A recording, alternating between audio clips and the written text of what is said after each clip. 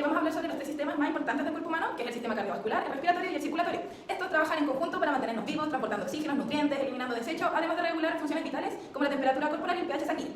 Los objetivos de la presentación será comprender la anatomía y función del sistema cardiovascular, respiratorio y circulatorio, además de reconocer la importancia de mantener estos sistemas saludables para el cuerpo en general. Esperamos que al finalizar tengan una visión clara del papel que cumplen y desempeñan estos sistemas en nuestro cuerpo humano, manteniendo nuestra vida. Hablaremos del sistema cardiovascular, que es el conjunto de órganos y estructuras del cuerpo humano encargado de transportar la sangre, los nutrientes, el oxígeno y otros elementos esenciales a las células del cuerpo, así como de recoger los productos de desecho para su eliminación. Su función principal es enviar la sangre a todo el cuerpo. Se ubica en la línea media external, en el mediastino. Para la división general del corazón nos encontramos con las aurículas superiores. Tenemos la aurícula derecha, que recibe sangre desoxigenando del cuerpo a través de la vena cava superior e inferior. También la aurícula izquierda, que recibe sangre oxigenada de los pulmones a través de las venas pulmonares. Y por último, los ventrículos inferiores. Tenemos el ventrículo derecho, que bombea sangre desoxigenada hacia los pulmones a través de la arteria pulmonar. Y por último, el ventrículo izquierdo, que bombea sangre oxigenada a todo el cuerpo a través de la aorta. Vamos a seguir con las válvulas del corazón, que estas permiten el flujo unidireccional de la sangre. Tenemos la válvula tricúspide, que está entre la aurícula derecha y el ventrículo derecho. Tenemos también la válvula pulmonar, que está entre el ventrículo derecho y la arteria pulmonar. También tenemos la válvula mitral, que es la bicúspide, que está entre la aurícula izquierda y el ventrículo izquierdo. Para terminar con la válvula aórtica, que es la que está aquí, que está entre el ventrículo izquierdo y la aorta. Las paredes del corazón, que son tres capas concéntricas. En primera instancia tenemos el endocardio, que es el epitelio plano simple más el tejido conectivo. Su función es recubrir las cavidades internas. Seguimos con el miocardio. Es el músculo cardíaco estriado más grueso en los ventrículos, especialmente en el izquierdo. Y por último tenemos el pericardio, fibroso externo y anclado al diafragma y al esternón. Y en el interior del pericardio también se encuentra el pericardio visceral. La arteria aorta. Esta es una arteria elástica y su función principal es transportar la sangre oxigenada desde el ventrículo izquierdo del corazón hacia todo el cuerpo, excepto los pulmones. Es el vaso sanguíneo más grande del cuerpo y tiene paredes gruesas y elásticas que resisten la presión alta con la que el corazón expulsa la sangre. Esta se ramifica en muchas arterias más pequeñas que llevan la sangre a todo el organismo. El funcionamiento del corazón es un ciclo completo de 10 segundos que se divide en 5 etapas. En la etapa número 1, la sangre llega al corazón por venosas cava superior e inferior. Esta llega por venosas pulmonares hasta la aurícula izquierda. En la etapa 2, las aurículas se contraen. Esto significa que la aurícula derecha se contrae y la sangre llega al ventrículo derecho a través de la válvula tricúspide. Pasa lo mismo en la aurícula izquierda. Esta se contrae, la sangre llega al ventrículo izquierdo a través de la válvula mitral. En la etapa número 3, los ventrículos se llenan y cierran las válvulas. Los ventrículos llenos, la válvula tricúspide y la válvula mitral se cierran. En la etapa 4, los ventrículos se contraen. El ventrículo derecho se contrae, la sangre llega a la arteria pulmonar a través de la válvula pulmonar. Lo mismo pasa en el ventrículo izquierdo. Se contrae y la sangre llega a la aorta a través de la válvula aórtica. Bueno, y en la etapa número 5, los ventrículos se relajan. Las válvulas pulmonares y aórticas se cierran y los ventrículos se relajan. Volumen sistólico. Esto es la cantidad de sangre que un ventrículo, normalmente el izquierdo, expulsa hacia la circulación cada vez que se contrae. Es decir, durante la sístole ventricular. Bueno, ¿qué estructuras están involucradas? El ventrículo izquierdo, que es el principal responsable de bombear sangre al cuerpo. Luego seguimos con la válvula mitral, que se cierra al inicio de la sístole para evitar que la sangre regrese a la aurícula izquierda.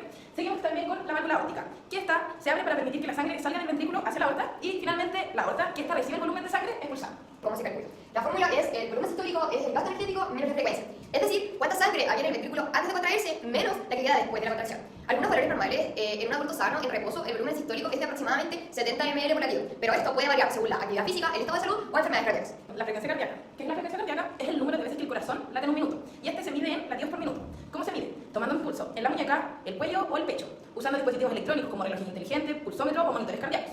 Algunos factores que afectan a la frecuencia cardíaca son el ejercicio, el estrés de las emociones que pueden hacer que el corazón lata más rápido, la temperatura, ya que el calor puede elevarla, y algunos medicamentos, ya que puede aumentarla o reducirlo, además de enfermedades como puede ser la fiebre, anemia o problemas al corazón que la alteran.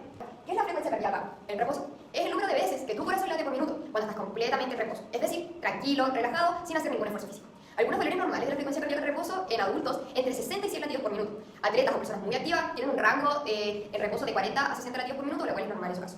¿Cómo y cuándo se mide la frecuencia cardíaca en reposo? Lo ideal es medirla por la mañana, justo después de despertarte, antes de levantarte de la cama. Se mide colocando los dedos, índice y medio, sobre una arteria, como la radial en la muñeca o la carótida en el cuello. Lo seguido, se cuentan los latidos durante 60 segundos o durante 30 segundos y lo multiplicas por 2. La importancia de la frecuencia cardíaca en reposo es un indicador de salud cardiovascular. En el caso de que sea baja, pero no demasiado, es un indicador de un corazón eficiente y una buena condición física. Mientras tanto, si es alta en reposo, más de 100 latidos por minuto, podría ser señal de estrés, fiebre, deshidratación, anemia o algún problema cardíaco. Es la frecuencia cardíaca máxima. ¿Qué es esto? Es el número máximo de veces que tu corazón puede latir durante un minuto durante un esfuerzo físico intensivo. Este es un valor aproximado que depende mucho de la edad y se usa comúnmente para planificar entrenamientos cardiovasculares y monitorear la intensidad del ejercicio. ¿Dónde inicia la frecuencia cardíaca? Bueno, inicia en una estructura especializada del corazón llamada nodo sinoauricular o nodo SA. El nodo sinoauricular está situado en la aurícula derecha cerca de la desembocadura de la vena cava superior. Su función es ser un marcapasos natural del corazón. Este genera impulsos eléctricos de forma automática y rítmica. ¿Cómo se calcula? La forma común más simple es 220 menos tu edad. ¿Para qué sirve esta fórmula? Bueno, esta ayuda a diseñar entrenamiento de zonas de intensidad con el porcentaje de tu frecuencia cardíaca máxima, evitar sobreesfuerzos y mejorar el rendimiento deportivo de forma segura al realizar ejercicio. ¿Qué es el gasto cardíaco? Bueno, el gasto cardíaco es la cantidad de sangre que el corazón golpea por minuto hacia la circulación sistemática. Es un indicador clave de la función cardíaca y se usa para evaluar cuánto oxígeno y nutrientes está recibiendo el cuerpo. La fórmula para calcular el gasto cardíaco es el volumen sistólico por la frecuencia cardíaca. Recordemos que el volumen sistólico es la cantidad de sangre que el ventrículo expulsa por latido, NML, y la frecuencia cardíaca es el número de latidos por minuto, LPM. El sistema éxito-conductor, también llamado sistema de conducción cardíaco, es una red especializada de células que se encarga de generar y transmitir los impulsos eléctricos que hace el corazón, que se contraiga de forma coordinada y rítmica. Su función, este sistema inicia el latido cardíaco, también controla el ritmo que late el corazón y por último coordina la contracción de las aurículas y los ventrículos. Un mal funcionamiento de este sistema puede causar arritmia, o sea, latidos irregulares, bloqueo cardíaco y la necesidad de marcapasos artificiales. El sistema circulatorio. Este es el encargado de transportar la sangre por todo el cuerpo. Este sistema incluye el corazón, la sangre y los vasos sanguíneos. La sangre es un colectivo líquido esencial para la vida y circula por todo el cuerpo a través del sistema cardiovascular. Sus componentes son: tenemos el plasma, que es un 55%, es la parte líquida de la sangre, está compuesto en su mayoría por agua, entre un 90 y un 90%, además de proteínas, electrolitos, nutrientes, hormonas y desechos. Su función es transportar sustancias disueltas. Seguimos con los elementos formes, que es un 45%. Son las células sanguíneas que se producen en la médula ósea, como los glóbulos rojos, que transportan oxígeno desde los pulmones a los tejidos y dióxido de carbono de vuelta. Además contienen hemoglobina. Tenemos los glóbulos blancos, que son los leucocitos, que defienden al cuerpo contra las infecciones y agentes extraños. Por último, existen varios tipos de linfocitos, monocitos y entre otros. Y por último, las plaquetas, que son trombocitos, que estos participan en la coagulación de la sangre para evitar hemorragias. Bueno, y las funciones de la sangre es el transporte. Este transporta gases del O2 y CO2, nutrientes, desechos, hormonas y calor. Tenemos la defensa, que defiende contra infecciones mediante glóbulos blancos y anticuerpos. Tenemos la regulación del pH, temperatura corporal y contenido de agua y electrolitos. Y por último, la coagulación, para detener el sangrado tras una lesión. Los vasos sanguíneos, ¿qué son? Son estructuras, conductos, tubulares que forman una red por todo el cuerpo, encargadas de transportar la sangre desde el corazón hacia los órganos y tejidos y viceversa. Tenemos diferentes tipos de vasos sanguíneos. La primera son las arterias. Estas son de forma tubos gruesos, elásticos y resistentes. Salen directamente del corazón y se ramifican por todo el cuerpo. Esta su función principal es llevar la sangre rica en oxígeno. La segunda vasos sanguíneos son las venas. Estos son vasos muy delgados y microscópicos de solamente una capa de células y se encuentran en todos los tejidos del cuerpo formando entre las redes de arterias y venas. Su función principal permite el intercambio de gases, nutrientes y desechos entre la sangre y las células. ¿Cuáles son las funciones generales de los vasos sanguíneos? Como primero tenemos el transporte, que se encarga de llevar la sangre oxigenada y nutriente a las células y recoger los desechos. Luego, otra función muy importante es el intercambio. A nivel capilar, permite que el paso de sustancias entre la sangre y los tejidos. Luego, la regulación, ya que esto ayuda a mantener la presión arterial y la temperatura corporal. También la defensa y reparación, ya que a través de los vasos sanguíneos que viajan por las células inmunitarias y los factores de coagulación. En un contexto deportivo, los vasos sanguíneos no cambian su estructura básica, pero se vuelven más eficientes y adaptativos para sostener un mayor rendimiento. ¿Qué es la arteria braquial? Es la continuación de la arteria axilar a partir del borde interno del músculo, redondo mayor, y se extiende hasta el pliegue del codo, donde se divide en sus dos ramas terminales, la arteria radial y la arteria cubital, o la cular.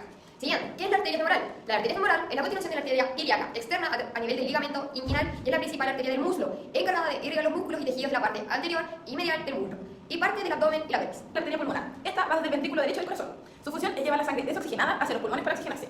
Esta tiene una trayectoria que se divide en la arteria pulmonar derecha, que va al pulmón derecho, y la arteria pulmonar izquierda, que va al pulmón izquierdo. Tiene ramas también, y dentro de los pulmones se ramifican arterias más pequeñas hasta llegar a los alvéolos. Un dato clave es que es una arteria que lleva sangre sin oxígeno, lo cual es una excepción, ya que la mayoría de las arterias llevan sangre oxigenada. Pasamos a las venas. ¿Qué son las venas? Son vasos sanguíneos que transportan la sangre desde los tejidos de vuelta al corazón. A diferencia de las arterias, llevan sangre desoxigenada, excepto las venas pulmonares. Bueno, las venas tienen capas. Tienen tres, al igual que las arterias, pero menos desarrolladas. La primera capa es la túnica íntima. Es una capa interna formada por endotelio, que son células planas. En venas de mediano calibre contiene válvulas venosas que evitan el retroceso de la sangre. Después tenemos la túnica media. Esta es formada por el músculo liso, pero mucho más delgada que las arterias. Esta regula el diámetro venoso, pero con menor capacidad contractil. Y por último tenemos la túnica adventicia. Es la capa externa del tejido conectivo y es la capa más desarrollada en las venas. Da resistencia y soporte. En las venas tenemos las venas profundas. Estas acompañan a las arterias del mismo nombre y están en el interior de los músculos. Algunas son las venas tibiales anteriores, venas tibiales posteriores, venas peroneas, vena poplitea, vena femoral profunda y la vena ilíaca externa, que está allá en la pelvis. Estas venas profundas tienen válvulas y son las que más participan en el retorno venoso profundo. También tenemos las venas perforantes, que estas conectan las venas superficiales con las profundas. Tienen válvulas que permiten el flujo solo en una dirección, en este caso de superficial a profunda. Vena cava inferior.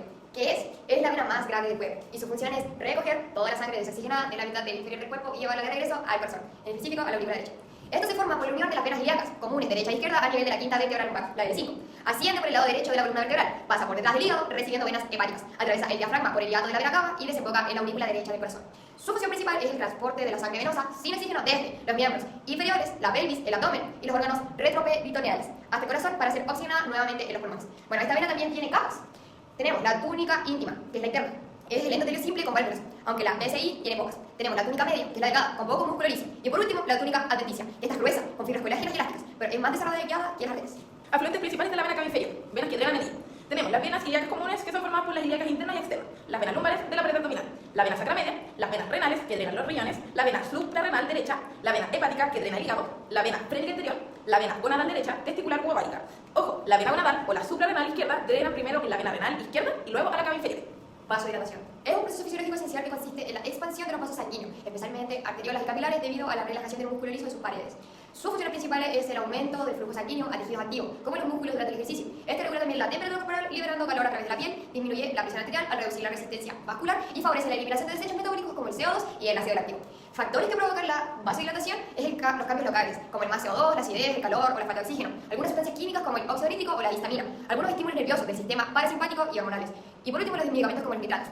Algunas estructuras involucradas son los vasos sanguíneos, los arterioles y capilares, el músculo liso vascular, el endotelio vascular, que es el productor de oxígeno nítrico, el sistema nervioso autónomo. Un ejemplo de vasodilatación es que durante el ejercicio aumenta la vasodilatación en los músculos activos para mejorar el suministro de oxígeno, mientras se reduce el flujo de órganos menos necesarios como en el sistema digestivo. Con la vasoconstricción, que es el estrechamiento de los vasos sanguíneos, especialmente de las arteriolas y capilares, causados por la contracción del músculo liso en sus paredes. Bueno, algunas de sus funciones principales son el aumento de la presión arterial al incrementar la resistencia al flujo. También reduce el flujo sanguíneo hacia zonas menos prioritarias en situaciones de estrés o emergencia. También conserva el calor corporal al disminuir el riego sanguíneo en la piel en ambientes fríos. También ayuda a detener hemorragias al contraer los vasos en zonas lesionadas. Algunos factores que la provocan son los estímulos nerviosos, en esto se activa el sistema simpático, las hormonas también como la adrenalina, noradrenalina, angiotensina 2 y vasopresina, el frío intenso en situaciones de estrés también, y sustancias locales como la serotonina, toxina y algunas prostaglandinas. Los medicamentos también descongestionantes nasales. La estructura involucrada son las arteriolas que reducen su diámetro, el músculo liso vascular que se contrae, el sistema nervioso simpático que regula la respuesta, el endotelio vascular que puede liberar sustancias que modulan el tono del vaso. Un ejemplo es que en ambiente frío el cuerpo responde reduciendo el flujo sanguíneo en la piel para conservar el calor en los órganos vitales. El sistema respiratorio. Es la encargada de intercambiar gases, el oxígeno y el dióxido de carbono entre el aire y la sangre. Su función principal es permitir la respiración, aportando oxígeno al cuerpo y eliminando el dióxido de carbono. La estructura del sistema pulmonar. Bueno, este está compuesto por las vías respiratorias superiores, nariz y cavidad nasal, que filtran, humedecen y calientan el aire. La faringe, que es el conducto común para el aire y la comida. La laringe contiene las cuerdas vocales y dirige el aire hacia la tráquea. Después tenemos las vías respiratorias inferiores, que tenemos la tráquea, que es el tubo que conduce el aire hacia los pulmones. Tenemos los bronquios, que es la tráquea se divide en dos. Bronquios principales, el derecho e izquierdo, que entran a cada pulmón. Después tenemos los bronquiolos, que son ramificaciones más pequeñas de los bronquios dentro de los pulmones.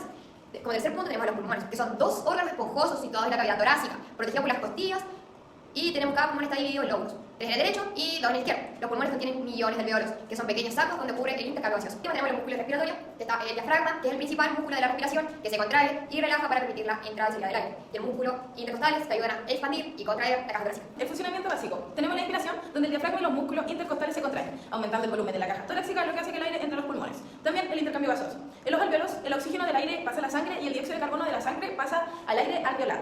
Y también la expiración, donde el diafragma y los músculos se relajan, disminuyendo el volumen torácico y expulsando el aire cargado de CO2 hacia el exterior. Transporte de gases en el cuerpo. Tenemos el oxígeno, que es el O2. En los pulmones, el oxígeno pasa por los alveolos a la sangre por difusión. La mayoría del oxígeno se une a la hemoglobina en los glóbulos rojos formando oxihemoglobina. La sangre transporta el oxígeno a los tejidos, donde la hemoglobina libera el oxígeno para que las células lo usen. Después tenemos el dióxido de carbono, que es el CO2. El CO2 producido por las células pasa a la sangre. Se transporta de tres formas. Disuelto en plasma, que es el menos 7%, unido a la hemoglobina como carbaminohemoglobina, que es el 23%, convertido en bicarbonato, que es el HCO3, en glóbulos rojos, que es menos 70%, que es la principal fórmula. En los pulmones, el CO2 se libera de la sangre y se expulsa al exhalar. Significa el consumo de O2 y la producción de CO2. El consumo de oxígeno es la cantidad de oxígeno que el cuerpo utiliza durante el ejercicio. Este refleja la eficiencia con la que el cuerpo transporta y utiliza el oxígeno. Para generar energía también tenemos el VO2 max, que es el consumo máximo de oxígeno. Es el mejor indicador de la capacidad aeróbica de un deportista. Cuando mayor es el VO2 max, mejor es la resistencia y rendimiento en deportes de larga duración. Se mide en miligramos, kilogramos y mililitros de oxígeno por kilogramo de peso por minuto. La producción del CO2. Durante el ejercicio se produce más dióxido de carbono debido al aumento del metabolismo celular. El cuerpo elimina este CO2 a través de la respiración. Un aumento de CO2 estimula la ventilación. El umbral ventilatorio ocurre cuando la producción de CO2 se acelera más que el consumo de oxígeno. Este indica el paso del metabolismo aeróbico al anaeróbico. ¿Qué hacen las zonas de tránsito e intercambio de gases? Durante el ejercicio, el cuerpo pasa por zonas metabólicas, donde cambia la intensidad del esfuerzo, el consumo de oxígeno y la producción de dióxido de carbono. Estas zonas también afectan el tipo de combustible que el cuerpo usa y cómo maneja los gases respiratorios. Zona 1, que es la transición aeróbica. Aquí ocurre intercambio de gases estables. El VO2 y el VCO2 aumentan de forma proporcional. Se oxidan principalmente grasas con algo de carbohidratos. El lactato es mínimo y se reutiliza. El coeficiente respiratorio es 0,7 o 0,85, usada para entrenamiento base de recuperación activa. Luego tenemos la zona 2, que es el umbral aeróbico. Este empieza con un ligero aumento del lactato, aumenta la ventilación para compensar la producción de dióxido de carbono, también comienza el uso más intenso de carbohidratos y está usada para mejorar la eficiencia aeróbica prolongada. La zona 3, que es el umbral anaeróbico, es un punto de inflexión. La producción de CO2 aumenta más rápido que el VO2, se acumula lactato, es donde comienza el metabolismo anaeróbico y esto disminuye la eficiencia del intercambio de gases. Es usada para entrenar el umbral y mejora la tolerancia al lactato. Bueno, después tenemos que la zona número 4 y la última, que es el consumo máximo de O2 o VO2 max, que demanda máxima de oxígeno. Es la ventilación y la frecuencia respiratoria al límite. Es un sistema anaeróbico completamente activado. El CO2 aumenta rápidamente por acidificación. Es usada para entrenamientos de alta intensidad en intervalos cortos. ¿Qué es importante para un deportista? Es importante identificar estas zonas para optimizar el rendimiento y evitar el sobreentrenamiento. Además, controlando el intercambio de gases puedes mejorar la eficiencia respiratoria o saber cuándo estás en zona de quema de grasa o de glucógeno. O también personalizar los entrenamientos para resistencia, potencia o recuperación, dependiendo de lo que quiera el entrenador. Bueno, para finalizar esta presentación, el sistema circulatorio, respiratorio y cardiovascular son pilares fundamentales para el funcionamiento del cuerpo humano. A lo largo de esta presentación exploraremos su anatomía, las funciones y cómo se interrelacionan para mantenernos con vida y en equilibrio. Comprender su importancia de estos no solo favorece nuestro bienestar diario, sino que también nos permite llevar una vida saludable y consciente.